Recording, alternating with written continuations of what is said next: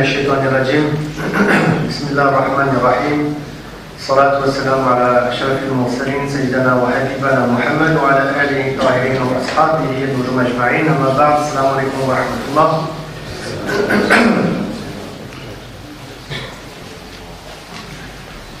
Donc tout d'abord, on remercie donc les membres de l'association de la mosquée d'Orly pour cette invitation programmée de longue date en réalité, étant donné que mon calendrier il est un peu chargé. Mais alhamdulillah, le frère qui gère les conférences, il m'a harcelé, alhamdulillah. Il sait comment faire avec moi pour que je vienne. Et en tout cas, je remercie le frère, je remercie aussi les frères de l'association pour cette confiance qui est mise par rapport à ma personne pour donner des cours ici à l'ISEO, à la mosquée d'Orly, et aussi pour intervenir dans le cadre des conférences ce soir. Qu'Allah subhanahu wa ta'ala mette la baraka dans la mosquée d'Orly et qu'Allah subhanahu wa ta'ala fasse qu'elle devienne un phare pour la région, pour la France et pour l'humanité, Inch'Allah. Le sujet qu'on va aborder ce soir est celui de la confiance en Dieu. En arabe, tawakkul, en Allah subhanahu wa ta'ala. Des fois, vous savez, quand je prépare une conférence, ça va vite la préparation, des fois je ne prépare pas, je peux parler longuement. Mais croyez-moi, sur cette conférence-là, ça a pris du temps. J'ai travaillé, préparé, j'ai voulu aller en profondeur, j'ai voulu, Inch'Allah, bien cadrer le sujet. Car à première vue, il peut paraître simple à comprendre, mais en vérité, il est complexe. Parce que quand on parle de la confiance en Allah subhanahu wa ta'ala, il faut aussi parler du plan d'Allah subhanahu wa ta'ala, il faut parler de la spiritualité, du lien individuel qu'on a chacun d'entre nous avec Allah subhanahu wa ta'ala. Il faut voir aussi la confiance, le tawakkul du prophète sallallahu alayhi wa sallam envers Allah, alors que lui-même c'est un être humain, c'est difficile, et lui-même il évolue. Il ne faut pas se tromper surtout. C'est un sujet sensible. Et quand on parle de la confiance en Allah subhanahu wa ta'ala, il y a plein d'éléments qui peuvent nous amener à nous tromper et à dévier par rapport au sens. Et c'est un sujet en même temps compliqué, pour la simple raison que c'est un sujet simple à comprendre quand on le voit, quand on le lit. Et on sait tous ici qu'on doit faire confiance en Allah subhanahu wa ta'ala. Mais la réalité, elle est tout autre, et elle est bien plus complexe. Et donc, finalement, j'ai passé un peu de temps à travailler dessus, à méditer dessus, à bien m'arrêter sur les versets. Et j'ai même voulu commencer par, tout d'abord, extraire un sens linguistique au mot. Le mot tawakkul. Il y a la notion de al-wakal, al-wakalu. Tout d'abord en langue arabe. C'est important de revenir à la langue arabe, puisque le Coran il est révélé en langue arabe. Donc laissons les mots confiance en Allah et revenons au mot al-wakal. Et al-wakal, pour résumer, c'est le fait d'être impuissant et de laisser une autre personne gérer ses affaires. Parce que quand on parle du tawakkul, c'est de ça dont il s'agit. La confiance en Dieu, ça peut avoir une multitude de sens qui vont venir fausser notre compréhension. Et quelque part notre vision, et quelque part notre aqida, c'est-à-dire notre connaissance au niveau théologique. Donc c'est important de revenir au mot arabe, car le Coran il est révélé en langue arabe, et al-wakl, je répète, c'est le fait d'être impuissant, car on est impuissant nous les êtres humains, et de laisser autrui, et ici, dans le cadre du Coran et de l'islam, il s'agit d'Allah, gérer ses affaires. Est-ce que vraiment on fait confiance en Allah? Est-ce que vraiment on laisse Allah gérer nos affaires? Est-ce qu'on laisse vraiment Allah nous apporter notre risque? Est-ce que vraiment on se soumet à la volonté d'Allah ou on veut aller à contresens? Est-ce qu'on suit une voie qu'Allah a tracée pour nous ou on essaie de créer notre voie, vous savez, avec nos déviances et on va à contresens? Qu'est-ce qu'il en est? Et donc, le tawakkul, c'est s'en remettre, mais alors totalement à Allah subhanahu wa ta'ala. Totalement, comme un bébé qui vient de naître, il s'en remet à l'infirmière, il s'en remet aux parents et il ne peut absolument rien faire. De s'en remettre complètement et totalement à Allah subhanahu wa ta'ala. J'insiste sur la notion de totalement et de complètement. Tel un oiseau qui part de son nid le matin, qui rentre le soir avec le ventre plein. Allah lui a donné son risque. C'est ça, la notion de tawakkul qu'on doit comprendre et qu'on doit faire naître en nous.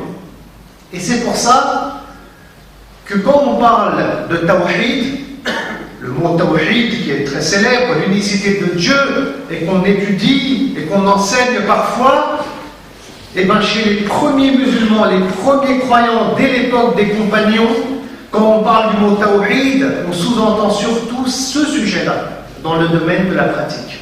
C'est-à-dire, ok, tu sais qui est Allah, il est le Rabb, tu sais qu'on doit l'adorer, tu sais qu'il est unique, mais le savoir du terrain réel, le concret du tawhid, c'est d'avoir une confiance, un tawakkul absolu en Allah subhanahu wa ta'ala.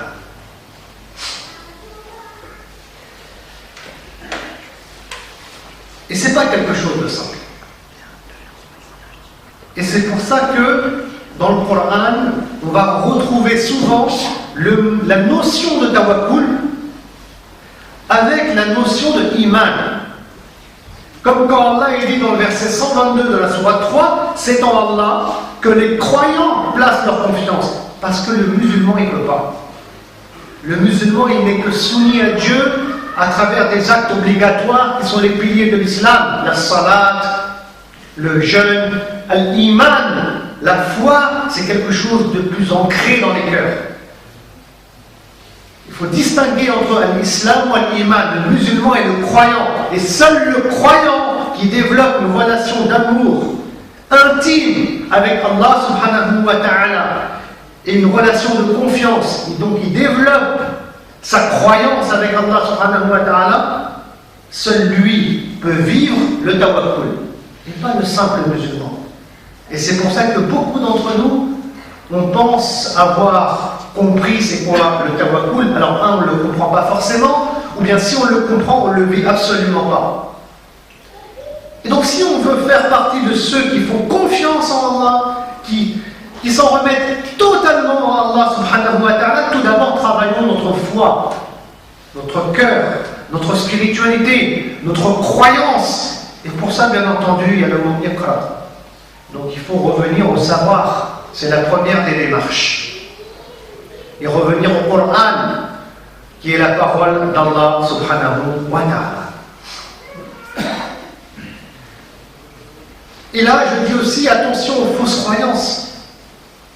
Car, et on va en parler des fausses croyances qu'on trouve aujourd'hui dans la société moderne, où on nous dit qu'on doit faire confiance en soi, on doit construire notre avenir, on doit construire et bâtir de nos mains, parce qu'on a un potentiel, le monde de demain, et que tout dépend de nous, de notre courage.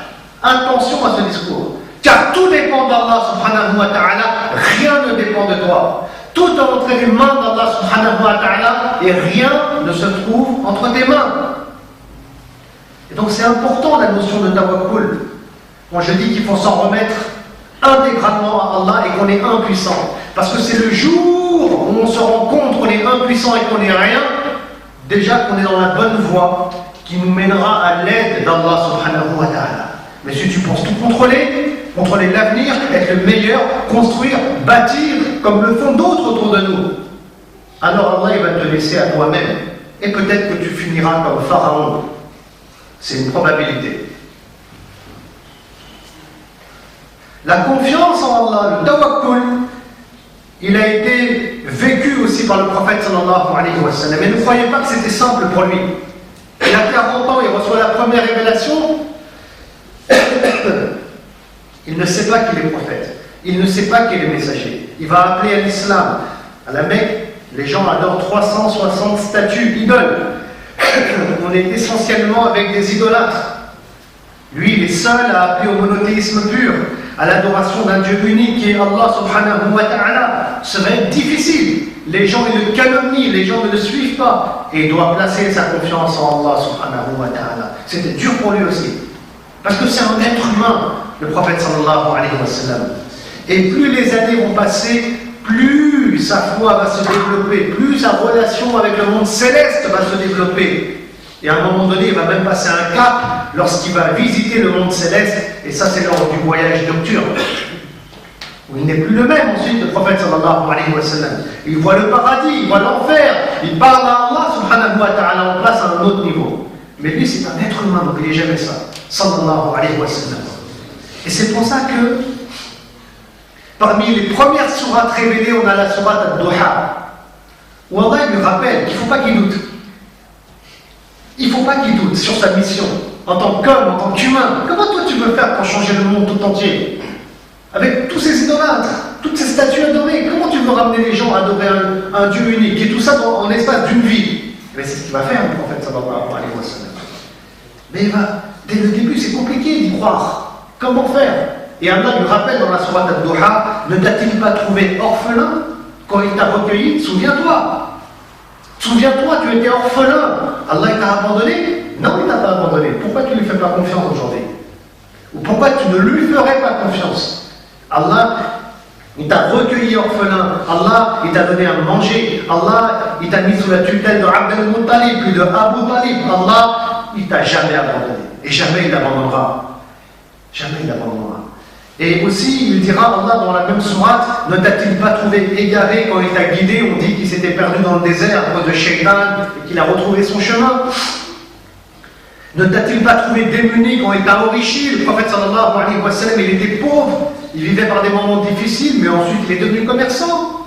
Ensuite, il a épousé Khadija bint Khuwaylid, radiyallahu ta'ala anha. Il n'était pas dans le besoin, alors qu'au début il est orphelin. Et tout ça, c'est un rappel d'Allah subhanahu wa ta'ala pour le prophète Muhammad sallallahu alayhi wa sallam, qui peut placer sa confiance en Allah parce qu'il le connaît au fond de lui. Il en a vécu, même s'il découvre l'islam avec la première révélation dans la grotte de Hira. Mais quand Allah il révèle ces versets et il nous parle, ben, il vous parle à vous aussi.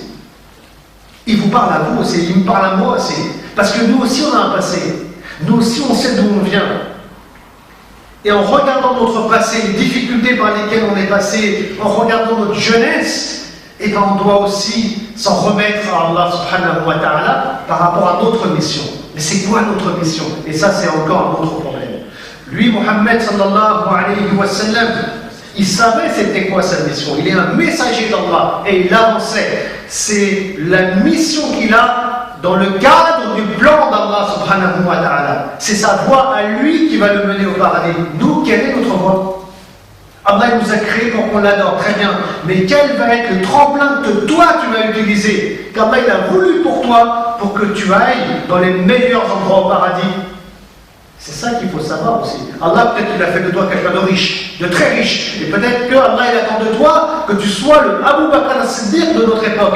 Et peut-être que c'est les dons que tu vas faire dans la voie d'Allah qui seront le tremplin pour toi pour aller au paradis. Et là, ça sera à toi de faire confiance en Allah. Parce qu'il te donnera davantage. Et de mener cette lutte. Et là, tu pourras regarder dans ton passé aussi. Mais comment tu es devenu riche? Comment ça se fait qu'aujourd'hui tu as autant d'argent? Allah ne t'a jamais abandonné. Allah t'a ouvert telle porte, il t'a ouvert telle porte. Donne dans la voie d'Allah. Allah jamais t'abandonnera. Comme il jamais t'a abandonné. Vous avez compris? Donc ça c'est important. C'est-à-dire que chacun d'entre nous, il a des particularités. Chacun d'entre nous, il est éprouvé par rapport à un don d'Allah subhanahu wa ta'ala. Chacun d'entre nous, il a une voie qui est toute tracée pour le paradis. À nous de la connaître. Mais on ne la connaît pas. Et pourquoi on ne la connaît pas cette voie-là? Parce qu'on ne se connaît pas soi-même et on ne médite pas sur son passé. On ne connaît pas Allah subhanahu wa ta'ala parce qu'on n'ouvre pas le Coran. Et on ne fait pas cet effort de cheminer vers Allah et de se rapprocher d'Allah subhanahu wa ta'ala. Donc là, c'est à chacun d'entre nous de se remettre en question, de s'interroger. Pourquoi Allah m'a créé? Quel est mon rôle sur terre? Abu Bakr, il a compris. Osman ibn Affan, qui est Al-Ghani, il a compris.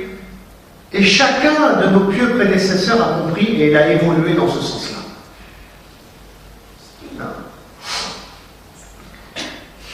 Et donc le prophète prophète sallallahu alayhi wa sallam, il y a un rappel qui lui est fait dès le début.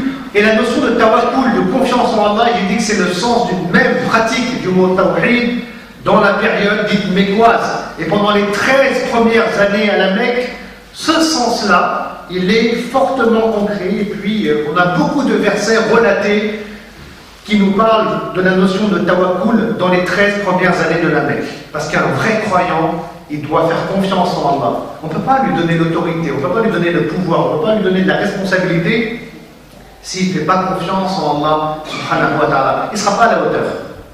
Et donc ça, c'est des vertus que Allah subhanahu wa ta'ala va vouloir mettre dans les cœurs des croyants dès la première phase de l'islam, qui est la période mécoise. D'ailleurs, c'est pendant cette période-là aussi que Allah il révèle la sourate l'éléphant, Al-Fil. Alam tara kayfa fa'ala rabbuka bi ashabil fil. Nous, quand on parle de l'histoire de l'éléphant, vous savez, avec Abraham qui part du Yémen pour détruire la Kaaba, et Allah il envoie des oiseaux qui jettent des pierres. Nous, quand on parle de cet événement, on dit c'est un événement important, ça a lieu lors de la naissance du prophète, sallallahu alayhi wa sallam. Mais c'est révélé quand? C'est révélé pendant cette période-là, la période mécoise. Alors que les musulmans sont persécutés à la Mecque, ils passent par des moments très difficiles. Et Allah, il leur rappelle cet événement-là pour qu'ils lui fassent confiance. Allah, il n'a pas besoin de nous.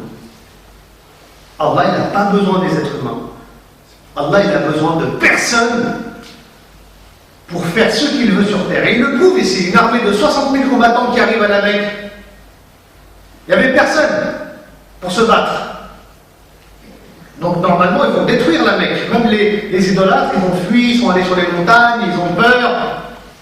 Allah, il a envoyé des oiseaux qui ont jeté des pierres, et je ne vous raconte même pas les détails.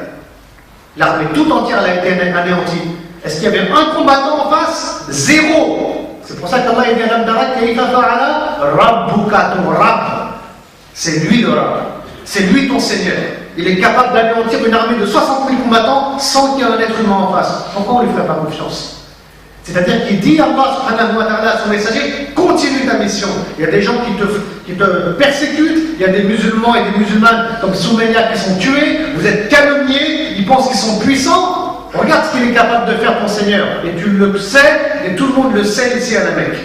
Fais-lui confiance. Donc ça c'est une approche importante qu'on doit avoir aussi de la sourate Al-Fil, la confiance dans le Rabb.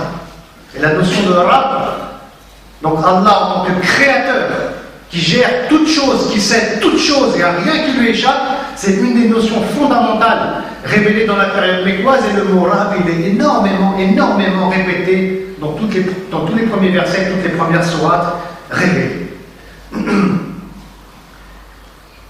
Mais le prophète sallallahu alayhi wa sallam, il pouvait aussi douter. Je disais, c'est un être humain. Et il lui est arrivé de douter une fois. Il s'est posé des questions. Pas sur Allah, bien entendu, mais sur sa relation à Allah. Et ça se passe à Taïf. Le prophète sallallahu alayhi wa sallam, il passait par des épreuves pas possibles. Il est calomnié, on ment sur lui, il persécute les musulmans. Son oncle et protecteur Abu Talib, il est mort. Son épouse Khadija, elle est décédée. Le prophète sallallahu alayhi wa sallam, comme on dit, il fait asbab, les causes. Nous, on adore les causes. C'est de l'égarement et on va le voir. Le prophète sallam, il n'adore pas les causes, mais il les fait. C'est normal, on est des êtres humains. C'est normal. Et on respecte les normes de la planète Terre. C'est-à-dire qu'on doit se bouger pour arriver à des résultats, bien que c'est Allah qui les donne les résultats. Donc, le prophète sallam, il va aller à Taïf, il va demander de l'aide, une protection tribale, parce que son oncle Abu Talib est mort. C'est lui qui a assuré la protection tribale à la Mecque. Et il se dit, le prophète sallam, bon, alhamdoulilah, je bouge, il va se passer quelque chose, Allah il est avec moi, tout devrait rentrer dans l'ordre. À Taïf, on va lui jeter des pierres. Et le prophète sallallahu alayhi wa sallam quitte Taïf, il ne sait plus où aller. On lui jette des pierres, il est avec son fils Zayd, il saigne le prophète sallallahu alayhi wa sallam. Il va rentrer dans un verger, un jardin qui appartient à deux de ses ennemis, Utba et Shayba. Ils sont à côté, ils voient la scène, le prophète sallallahu alayhi wa sallam il est perdu. Il est dans le désert. S'il va à la Mecque, il n'est pas protégé, on risque de le tuer. Il a voulu aller à Taïf, on lui jette des pierres. Vous voulez qu'il aille où?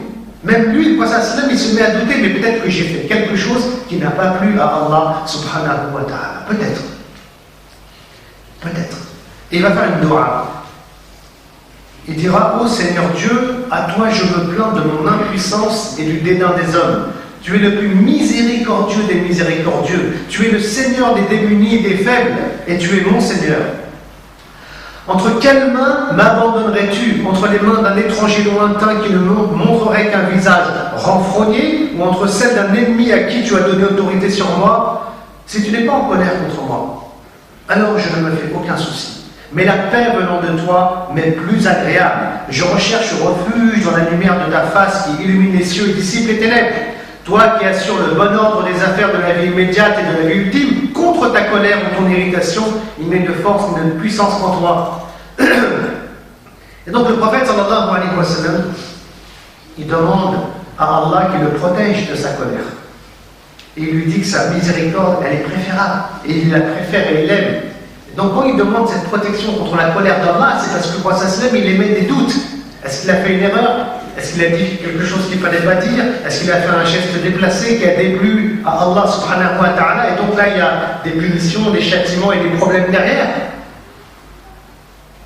Donc vous avez vu donc la notion. Pourtant, il est censé faire confiance. C'est ça le sujet. Il est censé faire confiance en Allah. Je vous dis, c'est difficile la confiance en Allah subhanahu wa ta'ala. Même pour lui, sallallahu alayhi wa sallam. Pourtant, il sait qu'Allah est avec lui. Et il sait qu'il est le messager de Dieu. Et là, il y avait ces deux ennemis là, Utba et Shayba, c'était leur jardin à eux, ils étaient à côté, ils voient la scène, ils ont pitié, ils vont envoyer un chrétien avec du raisin, il s'appelle Adas, ce chrétien. Avec du raisin, il faut lui donner du pauvre, on le connaît, Malèche, on va lui donner un peu de raisin, il faut lui faire plaisir. Enfin, ça, il mange du raisin, il a une discussion avec ce chrétien, Adas, parce qu'il dit Bismillah, et l'autre il va lui dire, mais les gens d'ici, ils ne disent pas Bismillah. C'est des idolâtres. Et il va dire, je suis un messager de Dieu, etc. Donc il y a une discussion. Pour ça, il apprend que ce chrétien, il vient de Ninive en Irak, qu'il est croyant aussi. Et lui, il va dire, moi je suis le dernier des messagers attendus. Et Adas, il a la foi, il embrasse le prophète sallallahu alayhi wa sallam. Et Utba et Shayba, il l'appelle tout de suite, alors viens. Oh, on t'a envoyé avec du raisin, tu commences à avoir la foi, tu l'embrasses, c'est quoi ça? Le prophète, écoutez bien, sallallahu alayhi wa sallam, qu'est-ce qu'il va faire? Il appelle Zayd, qui était avec lui, il lui dit, écoute, c'est bon, on va aller à la Mecque. Allah ne nous a pas abandonnés, il est avec nous. Et cette histoire, elle est formidable. Pourquoi? Parce que le prophète, sallallahu alayhi wa sallam, il regardait les signes autour de lui. Et il était capable d'analyser tout ce qui se passait autour de lui pour savoir si Dieu est en colère ou pas, ou s'il est avec lui ou pas. Donc il captait ces signes. Et c'est en fonction de ces signes qu'il avançait et qu'il faisait confiance en Allah subhanahu wa ta'ala. Et c'est quoi les signes ici? C'est que le prophète sallallahu alayhi wa sallam est inquiet, il fait une dua, il pense que peut-être qu'Allah est en colère contre lui. À peine il finit cette dua, le chrétien il arrive avec du raisin. Le raisin c'est un fruit du paradis, c'est sucré. Il y a une conversation et il embrasse l'islam. Encore un deuxième signe ici positif, émanant d'Allah subhanahu wa ta'ala, qui est en train de lui dire indirectement, continue, personne ne t'a abandonné. Ça aurait été un ouragan qui serait venu, ça aurait été autre chose. Mais ce n'est pas du tout le cas. Je reviendrai sur cette notion-là, elle est fondamentale. Les signes d'Allah, le prophète sallallahu alayhi wa sallam, il les observait. Parce que Allah, il facilite les choses. Et quand Allah, il facilite les choses les unes après les autres, à un degré où même ton imagination n'arrive pas à comprendre, ça veut dire qu'Allah, il veut que tu ailles dans ce sens. Fais-lui confiance. Tu vois les signes d'Allah et tu ne veux pas aller dans ce sens-là parce que ton âme, si te dit autre chose, choisis entre Allah, ces signes que ton âme est capable d'analyser, de voir et de comprendre, et choisis entre ça et ton âme. Mais si tu choisis ton âme, c'est toi qui décides de t'éloigner d'Allah subhanahu wa ta'ala, c'est pas Allah.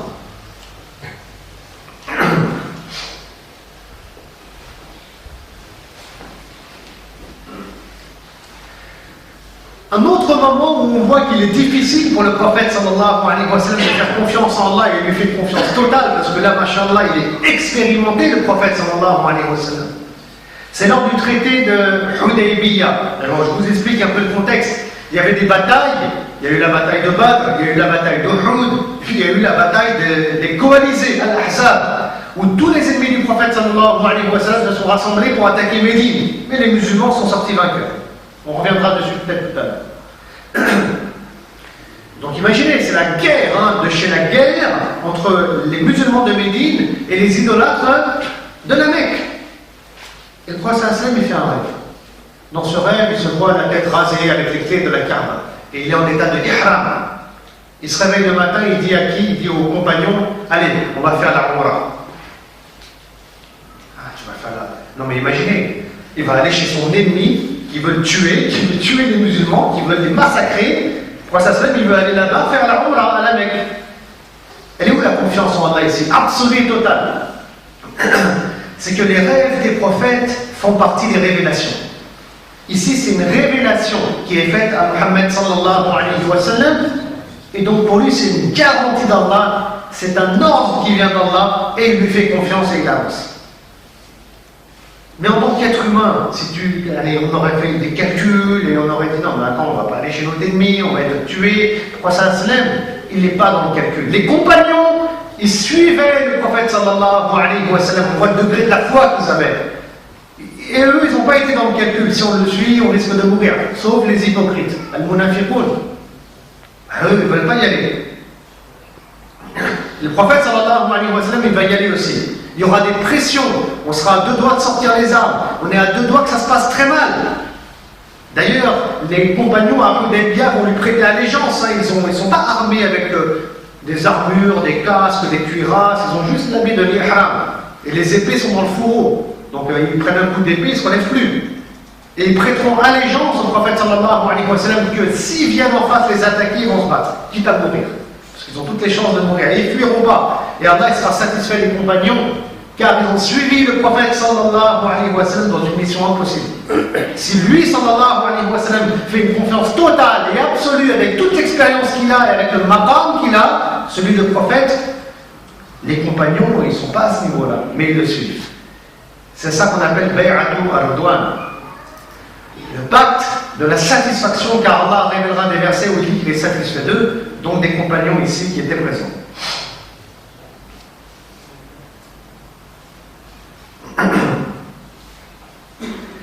Le croyant, il fait confiance dans les choix qui sont faits par Allah subhanahu wa ta'ala et il vit dans la droiture. Le croyant, il se satisfait de la volonté divine. Allah, il veut quelque chose, toi, tu veux quelque chose d'autre. Si tu es un croyant, tu acceptes ce que Allah veut. Et tu vas plus loin que ça. Tu aimes ce que Allah veut. Et tu mets ton ego de côté. Et tu fais confiance dans les choix qui sont faits par Allah subhanahu wa ta'ala. Même si c'est le décès de quelqu'un de ta famille. Ça va aussi loin que ça. C'est pour ça que je dis que c'est quelque chose de difficile à pratiquer. Le tawakkul et la confiance en Allah subhanahu wa ta'ala. Allah il dit, verset 11, sourate 14, c'est en Dieu, en Allah, que les croyants doivent placer leur confiance. N'allez pas placer votre confiance ailleurs. C'est que en Allah subhanahu wa ta'ala que le musulman, le croyant, il place sa confiance. On a un bel exemple qui va dans ce sens dans la sourate Yusuf. Quand le père de Joseph, Yusuf, donc Ya'qub, il va envoyer ses fils en Égypte. Il a perdu Ya'qub à ce moment-là, donc son fils Joseph, Yusuf. Il a perdu son fils Benjamin, qui est Benjamin. Et il va donner des conseils à ses fils, à ses autres fils. Il leur dit, écoutez, vous allez aller en Égypte, rentrer par des portes différentes. En fait, il a peur de perdre ses autres enfants, Ya'qub. Mais en même temps, il dit, oui, mais en même temps, je ne peux rien faire. Si Allah, il a décidé autre chose. Vous me suivez? Je vais lire le verset, c'est le verset 67 de la sourate 12. Ya'qub il dit, je ne puis cependant vous être d'aucun secours contre la volonté de Dieu, d'Allah, car c'est de lui que relève toute décision. Je mets donc ma confiance en lui. Vous avez vu? Tout est géré par Allah. Toi, tu peux que mettre ta confiance en Allah. Hein? Je mets donc ma confiance en lui, et c'est en lui que mettent leur confiance ceux qui se résignent. C'est-à-dire ceux qui acceptent la volonté d'Allah, subhanahu wa ta'ala, et ça peut être dur pour le nafs. Et là, c'est dur pour le nafs de Ya'qub aussi, mais il y a un prophète, il y a un messager, non, un prophète d'Allah subhanahu wa ta'ala, c'est dur. Mais est-ce qu'il a le choix? Il n'a pas de choix. Et le meilleur des choix, c'est de placer sa confiance en Allah subhanahu wa ta'ala. On a un bel exemple aussi de confiance absolue et totale dans le plan de Dieu, dans la volonté d'Allah, et où on met son ego de côté avec Hajar. Donc la Hajar qui est la femme d'Ibrahim alayhi salam. Ibrahim alayhi salam, l'ami d'Allah, Khalilullah, il va dire à sa femme, tu dois rester dans le désert avec le bébé Ismaël. Imaginez plus de 45 degrés, pas d'hôtel, pas de clim, pas d'eau, pas de vie, rien. Des montagnes avec du sable. Durée de vie estimée, 24 heures à tout casser. En plus, il y a un bébé. Il y a un peu d'eau, mais on ne va pas aller loin avec la gourde d'eau qu'il y a. Mais c'est un ordre qui vient de qui? D'Allah. Un ordre qui vient d'Allah. Ton nafs, il ne veut pas. Ton nafs, il veut être à l'ombre. Ton nafs, il veut être dans une tente. Ton nafs, il veut qu'il y ait de l'eau, de la nourriture. Ton nafs, il veut, pour Hajar, qu'il y ait le mari à côté. Ton nafs, il veut 1000 choses. Mais Allah, il veut autre chose. Il veut ce sacrifice-là. Tu l'acceptes pas, c'est ce qu'il veut Allah. Et là, on est avec Khalilullah Ibrahim alayhi salam qui va placer sa confiance en Allah. Et on a Hajar qui va placer sa confiance en Allah. Ils se soumettent avec résignation à la volonté d'Allah. Que ça se passe bien au final, ou que ça se passe mal, ça sera un khair et un bien dans l'au-delà. Ça, c'est une affaire classée. C'est comme ça qu'il est, le croyant qui fait confiance en Allah subhanahu wa ta'ala.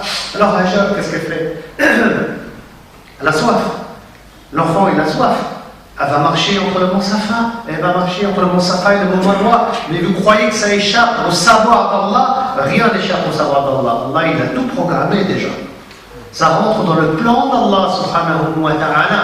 Et elle marche et elle accélère le pas entre le mont Safa et le mont Marwa. Et au final, elle trouve pas d'eau. Et elle fait confiance encore en Allah subhanahu wa ta'ala. Et elle ne sait pas qu'elle marque de ses pas l'histoire de l'humanité. Et l'histoire des hommes et des femmes qui ont la foi en Allah subhanahu wa ta'ala. Elle ne sait pas qu'il y a des milliards d'hommes et de femmes qui marcheront comme elle, par la volonté d'Allah subhanahu wa ta'ala. Elle ne sait pas que parmi les rites du pèlerinage, il y aura la marche entre le mont Safa et le mont Marwa. Et elle ne sait pas qu'on parlera d'elle en français à Orly en 2019 encore. Tout ça, c'est le plan d'Allah subhanahu wa ta'ala.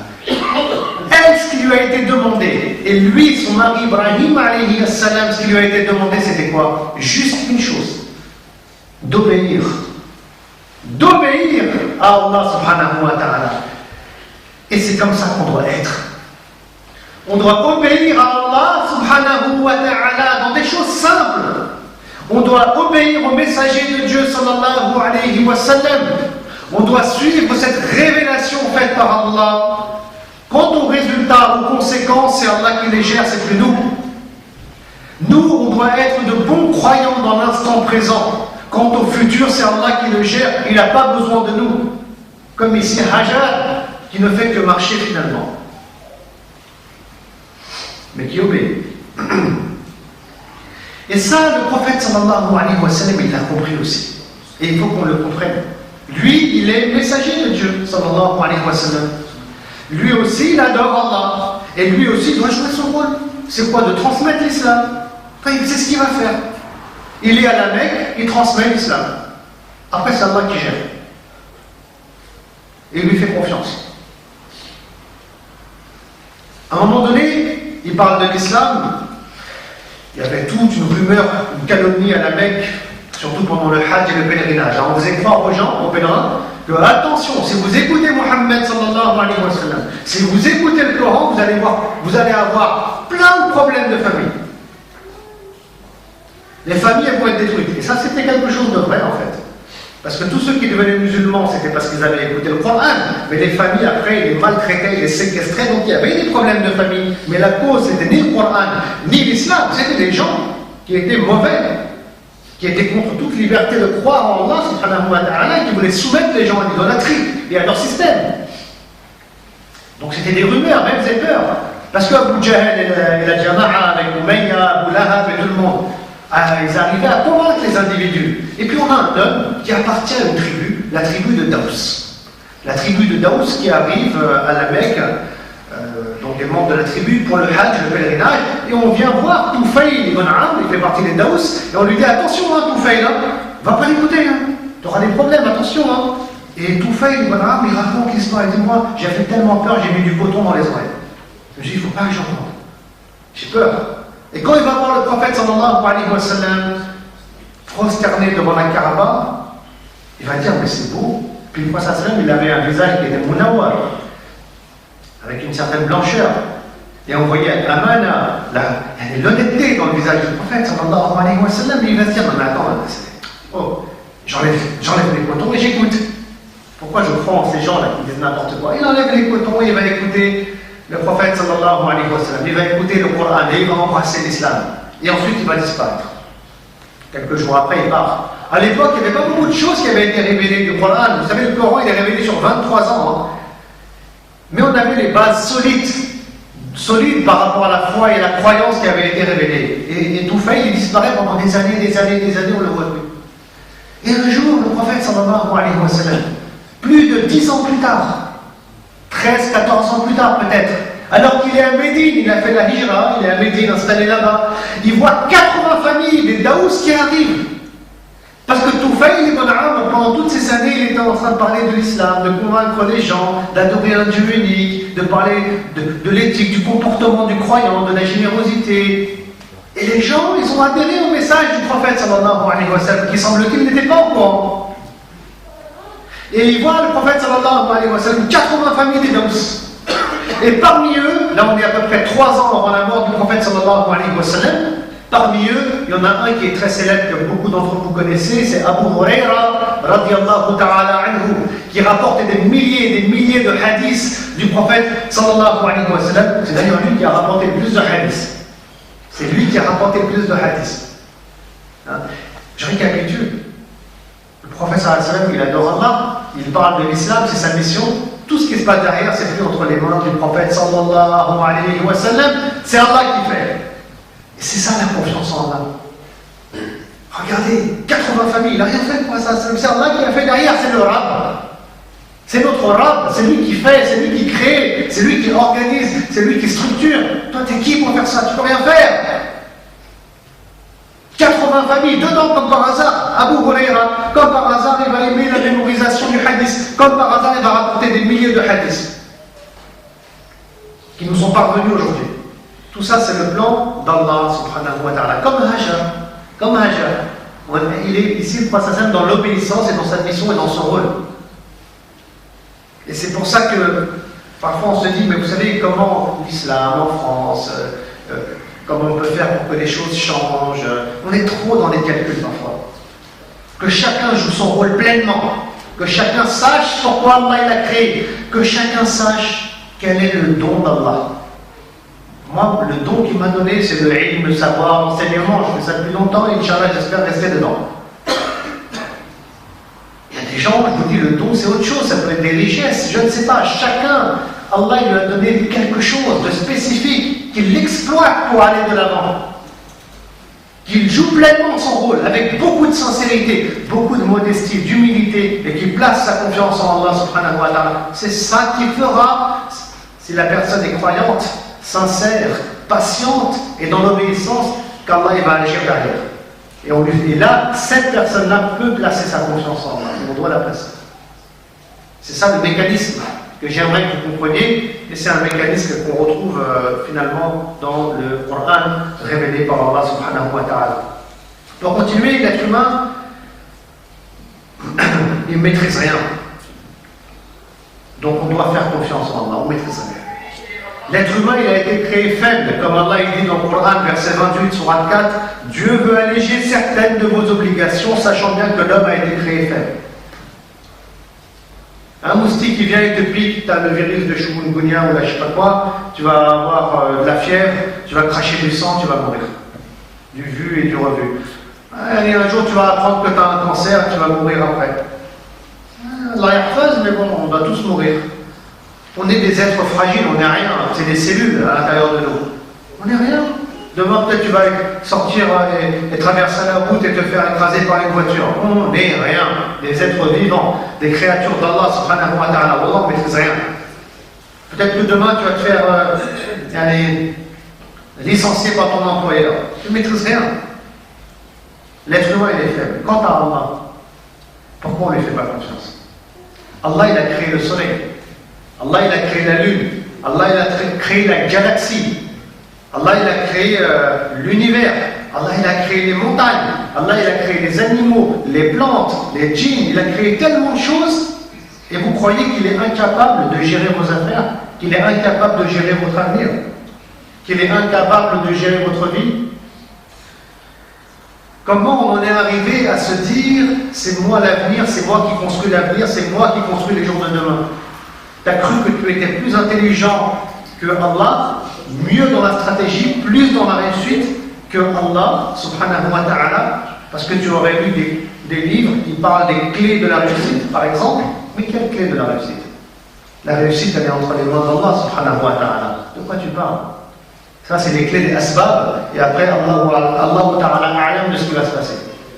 Donc, attention à la vision qu'on peut avoir du monde. Attention de ne pas adorer, comme on dit, al-asbab, les causes. Et puis parfois, subhanallah, on a des musulmans aussi qui nous disent oui, mais le prophète, il planifiait les choses, il était organisé, il était structuré, on doit être pareil. Mais sauf que le prophète, sallallahu alayhi wa sallam, il n'adorait pas sa structuration, il n'adorait pas sa planification. Oui, mais le prophète, sallallahu alayhi wa sallam, quand il a fait la hijra, qu'il est parti à Médine, il n'est pas parti directement à Médine, il a été intelligent, c'était organisé, il est parti en direction du sud. Ça, c'est vrai. Alors que Médine, c'est au nord. Il s'est caché 3 jours dans la grotte de Thaour pour pas qu'il soit capturé. C'est vrai aussi. Et ensuite, il a utilisé un chemin sur la route pour aller à Médine, mais c'est un chemin qui était inconnu de tous, pour pas qu'il se fasse capturer, le prophète sallallahu alayhi wa sallam. Ça, c'est vrai aussi. Mais c'est ça qui a donné la réussite, jamais de la vie. Le prophète sallallahu alayhi wa sallam, il sait qu'il va arriver à Médine. Qui vous a dit qu'il ne sait pas qu'il va arriver à Médine? Il sait déjà. Pourquoi? Parce qu'il a vu les signes d'Allah déjà. C'est quoi les signes d'Allah? J'en parlais tout à l'heure. Avec l'épisode de Taïf, et Adas, le chrétien et le raisin. Là, il y en avait beaucoup plus des signes d'Allah d'ailleurs, par rapport à l'Égypte. Je vais vous dire, le prophète sallallahu alayhi wa sallam, en l'an 11 de la révélation, pendant le Hajj, il était à Mina, il appelle les Arabes à l'islam, personne n'écoute. Une tentative, 10 tentatives, échec. 15 tentatives, que des échecs. Tout le monde veut le pouvoir. Est-ce qu'après ta mort, on aura le pouvoir? Moi, ça s'est dit, le pouvoir, il appartient à Allah, al-Mulk, et il le donne à qui il veut. Et les gens ont dit, on laisse tomber, on ne va pas te suivre. 16e tentative, c'est la bonne. 6 personnes qui venaient de Médine, qui s'appelaient Yasrib, qui vont embrasser l'islam. Ça, c'est pas encore un signe. Parce qu'on a tout fait, on a d'autres qui sont devenus musulmans. Et ça se passe à Mina, plus précisément à Al-Aqaba, en l'an 11 de la révélation. Mais l'année suivante, ils sont pas 6, ils sont plus que 10. Machallah, ils n'ont pas lâché l'affaire avec l'islam. Hein. Et de 6, ils sont passés à 10, 11, 12. Donc le nombre, il a augmenté. Ah, là, c'est un signe déjà. Allah, il les renvoie, il les ramène à la Mecque. Ils vont rencontrer le prophète, ils vont lui prêter allégeance. On appelle cet épisode qui a lieu en l'an 12 de la révélation le premier serment d'allégeance de Al-Aqaba. Et le prince Aslam, il voit ici des signes, il se dit tiens, on va aller plus loin pour comprendre la volonté d'Allah. Et il va envoyer un de ses compagnons à Médine pendant 1 an, et il s'appelle Mus'ab ibn Umayr, premier ambassadeur de l'islam. Et il revient vivant, Mus'ab, il n'a pas été tué, il aurait pu être tué, il avait toutes les chances d'être tué d'ailleurs, mais il revient vivant. Et il revient avec 100 musulmans cette fois-ci. Bon, c'est une réussite.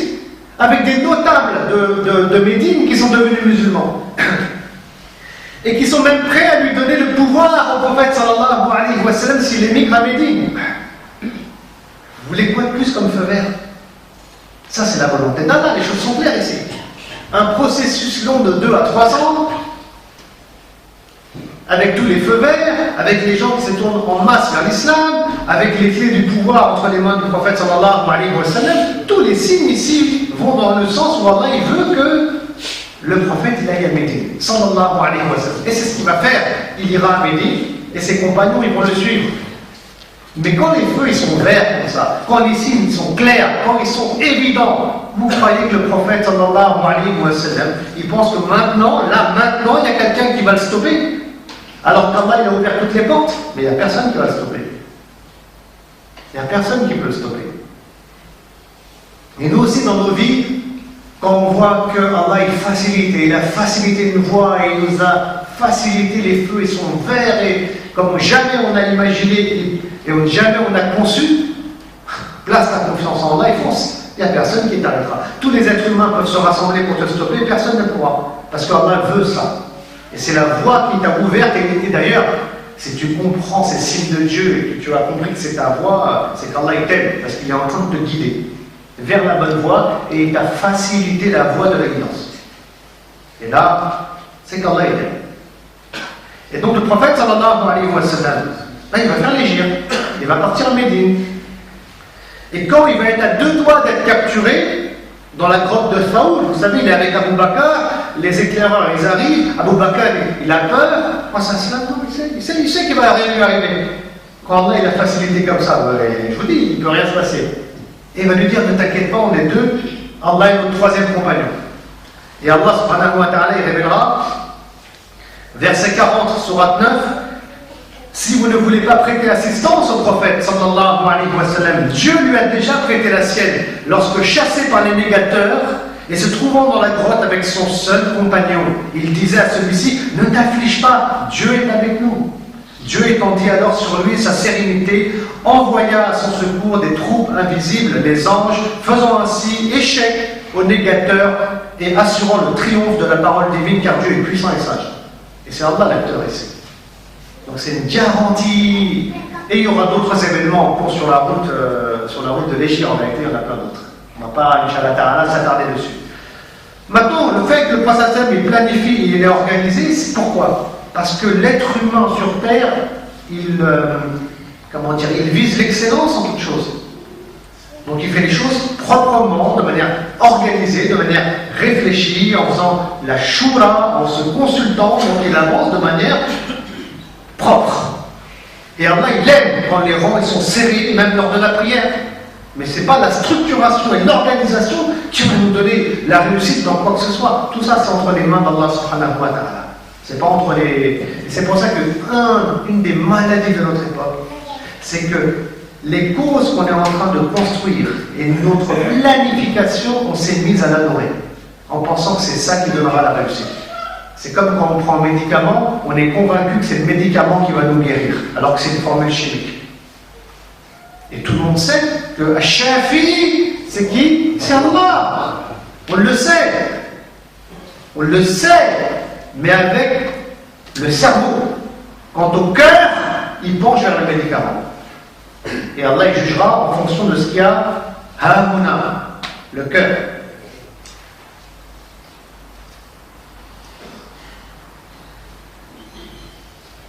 Sachez, chers frères et chères sœurs, aussi que il y a des causes qui sont dictées par Allah, qui sont mises en place cette fois-ci par Allah subhanahu wa ta'ala. Ça, c'est des causes qu'il faut suivre. Al-Asbab. Je vais vous donner 2 exemples, Inch'Allah. Et ces causes-là, elles sont coraniques. Et si tu les pratiques, il y aura des résultats en conséquence. Allah le dit clairement dans le Coran. Et ces causes-là, on les oublie. Et c'est implanté dans cette humanité et dans nos spiritualités. Je vais vous donner un exemple pour commencer. Un jour, on a un homme qui était pauvre, qui est venu voir Al-Hassan al-Basri. Et il lui a dit, écoute, je suis pauvre, je ne sais pas comment faire, comment je peux sortir de mes problèmes, etc. Hassan al-Basri va lui dire, écoute, retourne chez toi et demande pardon à Allah subhanahu wa ta'ala.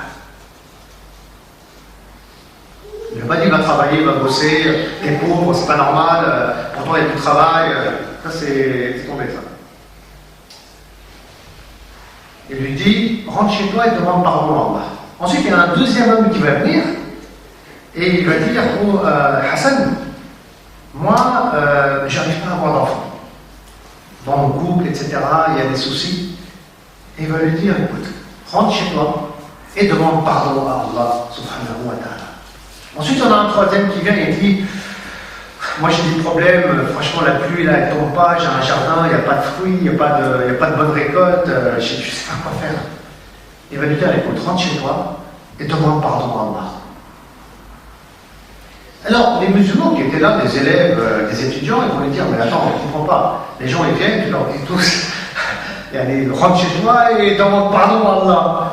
C'est quoi leur rapport et pourquoi c'est la même réponse à chaque fois? Et là, il va lui dire, Allah subhanahu wa ta'ala, qu'est-ce qu'il dit dans le Coran?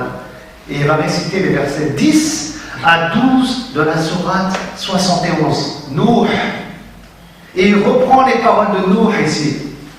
Je leur disais, c'est Nuh qui parle dans le Coran, je leur disais, implorez le pardon de votre Seigneur, donc demandez pardon à Allah.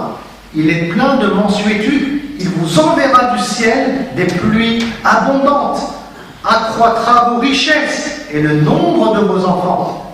Vous avez vu, le nombre de vos enfants. Il vous assignera des jardins, il vous assignera des rivières. Dans ce verset coranique, dans ces versets du Coran, de Surat Nuh, c'est Nuh qui dit ça. Si vous implorez le pardon d'Allah, voilà le résultat. Vous aurez des enfants, vous aurez des jardins, vous aurez des richesses pour le pauvre, etc.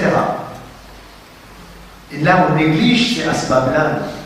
Et ça, c'est asbab, c'est causes, c'est-à-dire ces mécanismes-là qui sont coraniques, qui sont liés à notre foi, à notre aqidah, qui sont révélés par le Créateur qui a créé l'univers, on les délaisse et on préfère aller vers autre chose. C'est-à-dire, tu es pauvre, va travailler. Tu n'arrives pas à avoir d'enfant, va voir le médecin avec lui, il est bon. Va voir. Je ne dis pas qu'il ne faut pas faire ça. Encore une fois, le prophète il a planifié les choses. Il y a des codes sur terre. Mais la solution finale, elle est entre les mains d'Allah. Il y a d'autres codes liés à notre foi et liés au Coran. C'est pas mon avis, ça. C'est pas mon avis que je vous donne. Voilà, j'aimerais pas que vous sortiez d'ici en pensant que c'est mon avis. Je vous cite des versets du Coran, je vous cite des textes, je vous cite des histoires importantes, précises, pour que vous compreniez que c'est ça le message coranique. Moi, j'ai rien à gagner dans cette histoire. C'est le message coranique. Et un autre exemple que j'aimerais vous citer, alors celui-là j'en parle beaucoup, et c'est toute une conférence en vérité. C'est que dans le Coran, Allah subhanahu wa ta'ala, vraiment sur plein de pages, dans plein d'histoires, il nous rappelle aussi les facteurs de la réussite. C'est-à-dire dans quelle voie on doit être pour qu'Allah nous aide et pour qu'Allah intervienne. Et là, il faut lui faire confiance. Maintenant, si tu ne lui fais pas confiance, va voir ailleurs. Va voir ailleurs. Et donc Allah il dit quoi? Il dit qu'il faut impatienter. As-sabr. Inna Allah ma'a sabirin. Allah il est avec ceux qui patientent. Si tu ne crois pas, qu'est-ce que tu veux que je te dise? Inna Allah ma'a sabirin. Allah il est avec les patients. On a la patience, on a as-sabat, la persévérance. On a l'obéissance aussi lorsque Allah subhanahu wa ta'ala nous éprouve et les invocations. Autant d'éléments qu'on trouve dans l'histoire de Talut et de Jalut dans la sourate Baqarah et autant d'éléments qu'on va retrouver absolument partout dans le Coran. Et si on suit cette voie-là, sachez qu'Allah il intervient pour nous aider. Sachez qu'Allah il envoie des anges pour nous aider. Fait ces asbab et ces causes coraniques révélées par Allah. La réaction est là en face. Subhanallah, là il n'en parle, regardez. Un exemple ici, versets 124 et 125 de la sourate 3. Je vous donne les versets, vous pouvez contrôler derrière. Versets 124 et 125 de la sourate 3 où Allah dit: Allah vous a bien donné la victoire lorsque tu disais aux croyants: ne vous suffit-il pas que votre Seigneur vous fasse descendre en aide 3 milliers d'anges? Mais oui, si vous êtes endurant et pieux, si vous êtes endurant et pieux et que les ennemis vous assaillent immédiatement, votre Seigneur vous enverra en renfort 5000 anges marqués distinctement. C'est quoi les conditions? Si on est endurant et pieux. Mais sinon, il n'y aura pas d'ange. Allah nous laissera, il va nous abandonner. Ah, tu penses être intelligent, fort, puissant? Vas-y, c'est la voie de Pharaon. Tu n'y es pas encore, mais tu es à la première marche. C'est ce qu'il a fait, Pharaon. et devant tous les signes d'Allah qu'il pouvait observer lui aussi. Comme le prophète il a observé, comme nous on peut observer lui aussi, il a eu des signes, hein, les sauterelles, le sang, etc. On le retrouve dans le Coran, il est resté aveugle, à ne rien voir. Son nafs, son ego, il avait pris le dessus sur la foi, il avait tué la foi, et il a dit Ana rabbukumul a'la. Le Rab, là, créateur des cieux et de l'univers, c'est moi. Là on est au summum de l'égarement. Au summum de l'égarement.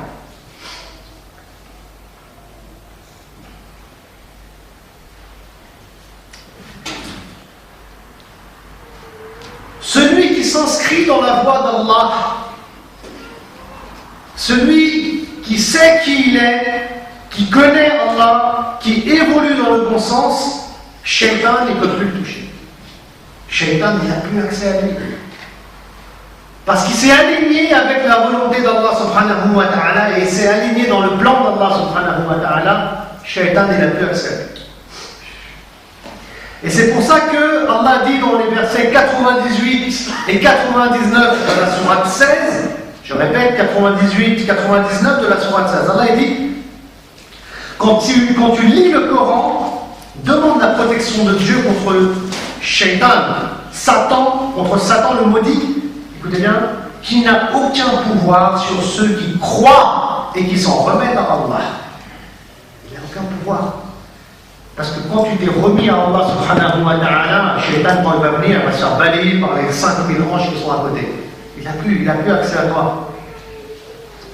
Donc, toute la réussite, elle est dans cette confiance que tu vas placer en Allah subhanahu wa ta'ala.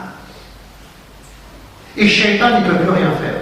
D'ailleurs, une fois, pour l'anecdote, et je suis sur la fin, l'anecdote coranique. Vous savez, Youssouf alayhi salam, il était en prison. Et ces deux compagnons de cellule, ils ont fait un rêve. Il y en a un qui a vu en rêve qu'il était en train de servir du vin. Et l'autre, c'est la sourate Youssouf, la sourate 12. Et l'autre, il voit en rêve qu'il a du pain sur la tête, les oiseaux, ils mangent de ce pain. Et Youssouf, il va les inviter à l'islam, les inviter à Dieu, etc. avant d'interpréter les rêves, parce que c'est ça qui est le plus important. Et ensuite, il interprète et il explique. Il va dire à celui qui servait du vin, toi, tu vas sortir de prison, tu vas servir du vin, etc., au roi, etc. Et il est content. Et à l'autre, il va dire, toi, content, les oiseaux, ils vont venir manger de ton cerveau et tu vas être crucifié et tu vas mourir. C'est inéluctable, on ne peut rien faire. Allah, il l'avait donné à lui aussi. Je vous dis, Allah, il donne à qui il veut ce qu'il veut. Et à lui, Allah, il a donné l'interprétation des rêves. Et Youssouf alayhi salam. Qu'est-ce qui va se passer? Youssouf, après, c'est marqué dans le Coran. Il va aller voir celui qui va servir du vin et il va lui dire, écoute, parle de moi au roi.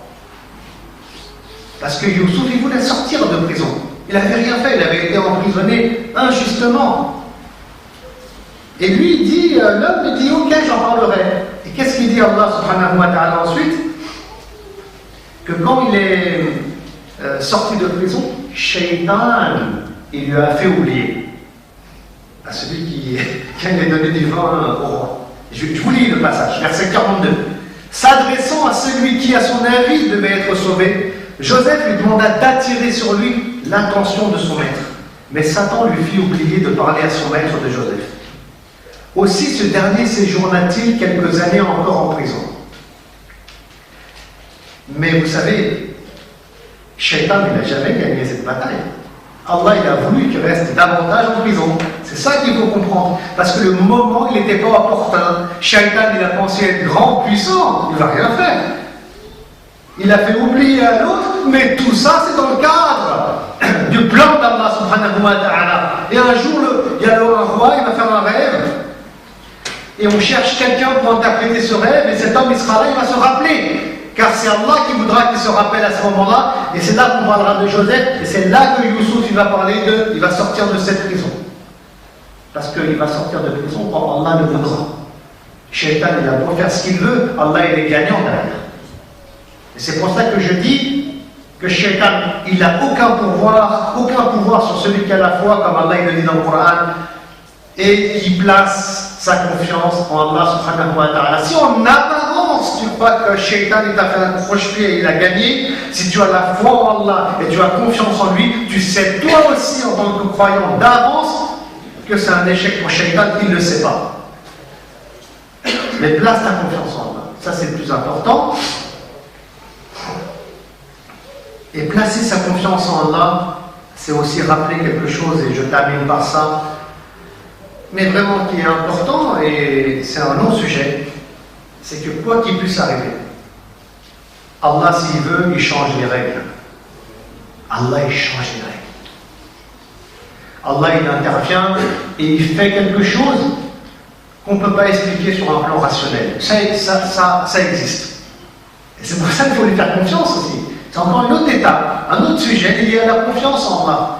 Vous savez, les gens qui cliniquement ne peuvent pas avoir d'enfants, Allah il a voulu, ils ont eu un enfant. Un cas classique. Et donc Allah, il est au-dessus des règles, de ce système terrestre que Allah il a créé. La créature ou la création ne peut pas être au-dessus du créateur, subhanallah. Et le créateur, il est capable de toutes choses, il lui suffit de dire kun fayakun, soit et il est. Et Allah subhanahu wa ta'ala, il le rappelle dans le Coran. Il y a plusieurs exemples, mais j'en citerai qu'un seul. Pour moi, c'est l'exemple le plus puissant du Coran, c'est la naissance de Isa, la naissance de Jésus. Isa alayhi as-salam, avec sa mère Marie. Maryam, personne n'a touché à Marie, elle n'a pas eu d'époux, rien. Et Allah subhanahu wa ta'ala, il a donné naissance à Isa. Du fond du ténèbre, du ventre de Maryam, l'âme elle est arrivée et Allah il a voulu et il s'est passé, c'est coranique. Et même les chrétiens, ils croient en la naissance de Isa. Pour vous dire, ils croient en la naissance de Isa alors que Maryam n'a pas touché d'homme et n'a pas eu de relation avec qui que ce soit. Et ça c'est aussi la preuve coranique que Allah il est au-dessus des règles, il est au-dessus de tout, il est le Rabb, et s'il veut intervenir dans ce monde comme lui le veut, il le peut, il n'y a personne qui l'empêchera. C'est une histoire de foi maintenant, de foi en Allah subhanahu wa ta'ala, et s'il n'intervient pas, Allah fait ce qu'il veut, et on dira Alhamdulillah ala kulli hal, et on accepte notre destin, qu'il soit bon ou qu'il soit mauvais, et on fait une confiance absolue et totale en notre Seigneur Allah subhanahu wa ta'ala. Qu'Allah subhanahu wa ta'ala illumine nos cœurs, qu'Allah subhanahu wa ta'ala nous fasse aimer Muhammad sallallahu alayhi wa sallam, qu'Allah subhanahu wa ta'ala nous guide sur les pas du prophète Muhammad sallallahu alayhi wa sallam, qu'Allah subhanahu wa ta'ala verse al-iman sur nos cœurs, qu'Allah subhanahu wa ta'ala nous écarte des égarements de ce bas monde, qu'Allah subhanahu wa ta'ala nous fasse aimer le monde céleste bien plus que la dunya et les biens éphémères, qu'Allah subhanahu wa ta'ala nous rende sincères dans notre relation à lui, qu'Allah subhanahu wa ta'ala nous fasse prendre conscience de qui est Rabbul Alamin, qu'Allah subhanahu wa ta'ala nous fasse goûter les fruits de la foi, qu'Allah subhanahu wa ta'ala nous fasse vivre at-tawakkul, qu'Allah subhanahu wa ta'ala nous fasse vivre toutes ces vertus qu'Allah il a révélées dans le Coran, qu'Allah subhanahu wa ta'ala nous fasse mourir sur la ilaha illallah Muhammad Rasulullah, et on est sincère, qu'Allah subhanahu wa ta'ala nous guide et nous guide vers ceux qu'il a guidés vers la voie droite, c'est la voie des martyrs, la voie des prophètes, des messagers, des saints de notre communauté, qu'Allah subhanahu wa ta'ala nous ressuscite avec le prophète Muhammad sallallahu alayhi wa sallam. ربنا آتنا في الدنيا حسنة وفي الآخرة حسنة وقنا عذاب النار والعصر إن الإنسان لفي خسر إلا الذين آمنوا وعملوا الصالحات بالحق وتواصوا بالصبر سبحان ربك رب العزة عما يصفون والسلام على المرسلين والحمد لله رب العالمين. بارك الله فيكم pour votre attention, votre patience, et qu'Allah Inch'Allah nous donne le meilleur et qui nous rassemble tous au paradis, Inch'Allah. Barakallahu fikum. Assalamu alaikum wa rahmatullah.